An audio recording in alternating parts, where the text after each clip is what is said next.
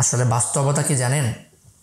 বাস্তবতা হলো ইন্ডিয়া, আপনি হিন্দু না বৌদ্ধ না খ্রিস্টান এগুলো চ্যাট দিয়েও মানে না, এগুলো দেখার টাইম তাদের নাই। ইন্ডিয়া শুধু নিজের স্বার্থ বোঝে, ইন্ডিয়া নিজের স্বার্থে কথা বলে, ইন্ডিয়া নিজের স্বার্থের জন্য তারা সব কিছু করতে পারে। এর প্রমাণ হচ্ছে এই যে মাঝরাতে বিনা সিগন্যালে বাঁধগুলো খুলে দেওয়া, মানুষগুলোকে এরকম বিপদে ফেলা। তারা যদি আমাদের মুসলিমদের কথা চিন্তা নাই করলো, বাদে দিলাম আমাদের কথা, কেন আপনাদের কথা কেন চিন্তা করলো না তারা? যে আমাদের ধর্মাবলম্বী লোক তো সেখানে আছে, সেখানে কি আপনাদের ধর্মাবলম্বী নাই? অবশ্যই আছে। সুতরাং বুঝতেই তো পারতেছেন, আপনাদের নিরাপত্তার দায়িত্ব বাংলাদেশ সরকার নেবে, বাংলাদেশই নেবে, ইন্ডিয়া নেবে না। তারা স্বার্থ ছাড়া কিছুই বোঝে না। সুতরাং আপনাদেরকে আমরা হাত জোর করে অনুরোধ করতেছি, কারো উস্কানিতে, কারো প্ররোচনায় আপনারা উল্টাপাল্টা আন্দোলনে যাবেন না। আপনাদের অধিকার আপনাকে দেওয়া হবে, আপনার রাষ্ট্রীয় অধিকার, আপনার নাগরিকের অধিকার আপনাকে দেওয়া হবে, অবশ্যই দেওয়া হবে। আজকে আমার এই ভিডিওটা সনাতন ধর্মাবলম্বী আছে না তাদের জন্য, হিন্দু বৌদ্ধ খ্রিস্টান তাদের জন্য, যারা শেখ হাসিনা ক্ষমতা থেকে যাওয়ার পর, যারা শেখ হাসিনা দেশান্তর হওয়ার পর সুন্দর একটা সুস্থ বাংলাদেশ পাওয়ার পরেও যাদের তারা যাদের উস্কানিতে যাদের কথায় দেশের মধ্যে তারা আন্দোলনে নেমেছে, শেখ হাসিনার পক্ষে বিপক্ষে যেমনি হোক তারা আন্দোলনে নামছে। শেখ হাসিনা পালানোর পরে তাদের নিরাপত্তা নাকি নেই। স্বৈরাচার সরকার যাওয়ার পরে তাদের উপর একটা হামলা হওয়ার আশঙ্কা ছিল বা হয়েছে, সেটা বাস্তব স্বীকার করি। কিন্তু এটা যাতে ষড়যন্ত্র তারা কিন্তু বুঝেও তারা যে কোনো একটা ষড়যন্ত্রের ফাঁদের মধ্যে তারা পা দিছে, তাদেরকে ইউজ করা হচ্ছে, এটা তারা বুঝে না। ইন্ডিয়া শেখ হাসিনা ক্ষমতা থেকে যাওয়ার পর যে ইন্ডিয়া বলল যে বাংলাদেশে মুসলমান ব্যতীত অন্য ধর্মাবলম্বী যারা আছে, হিন্দু বৌদ্ধ খ্রিস্টান যারাই আছে, তাদের নিরাপত্তা নাই, তাদের নিরাপত্তা নিয়ে শঙ্কিত। তারা যে এই বুলিটা আওড়ানোর সময় তাদের চিন্তা ভাবনা ছিল শয়তানি। তার প্রমাণ আমি আপনাকে বলি।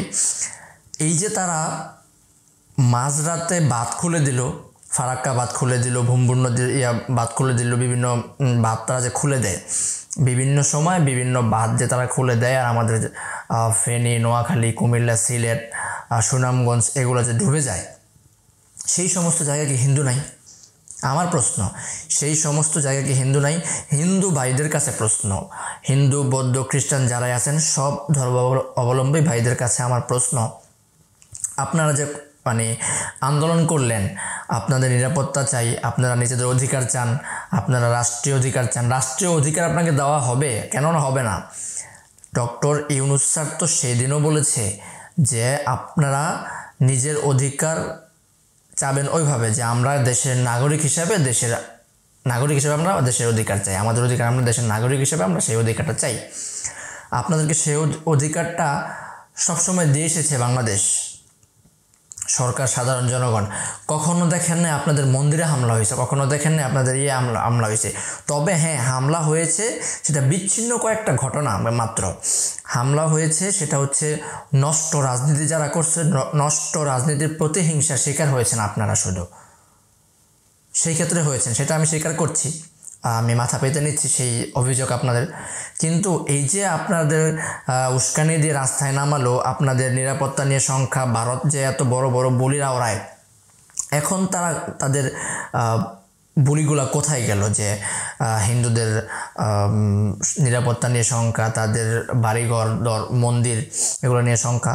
এখন আমার প্রশ্ন হচ্ছে হিন্দু ভাইদের প্রতি, হিন্দু ইহুদি খ্রিস্টান বৌদ্ধ নাসারা যারা আছেন তাদের কাছে আমার প্রশ্ন, বাংলাদেশে কি এই যেই সব জেলাগুলো প্লাবিত হয়েছে, এই সব জেলার মধ্যে হিন্দু নাই, এইসব জেলার মধ্যে খ্রিস্টান নাই, এইসব জেলার মধ্যে সনাতন ধর্ম অবলম্বীরা নাই? সবই আছে।